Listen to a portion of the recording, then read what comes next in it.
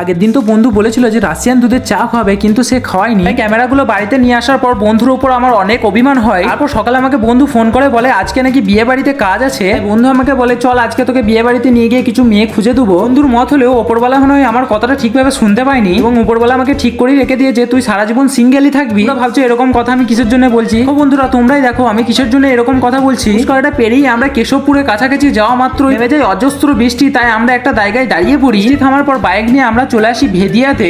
পৌঁছে দেখি আমার ভাইরা আমাদের জন্য অপেক্ষা করছিল। তারপর বিয়ে বাড়িতে ঢোকার মাত্র আমরা প্রথম পেট পুজো করে নিই। পেট পুজো করার পর আমরা প্রথম ক্যামেরাগুলো সেট আপ করে নিই। তারপর আমি আর বন্ধু ক্যামেরাগুলো অন করে লেগে যায় কনের লগনের ভিডিও শুট করতে। বিয়ে বাড়িতে এসে আমাকে আর মেয়ে খোঁজার দরকার পড়েনি, কারণ আমার ভাই একটা ছাতা নিয়ে পুরো বিয়ে বাড়িটা মাতিয়ে রেখেছিল। তারপর আমি আর বন্ধু এসেছিলাম কনের কিছু আউটডোর ফটো তুলতে। আমার ভিডিও নেওয়া হয়ে গেছিল, তাই বন্ধু আমাকে ওড়না থেকে ফোন থেকে সব আমার কাঁধেতে ঝুলিয়ে দেয়। মনে একটা কথাই ভাবছিলাম আরো যদি কিছু থাকে আমার গলায় ঝুলিয়ে দিতে পারিস।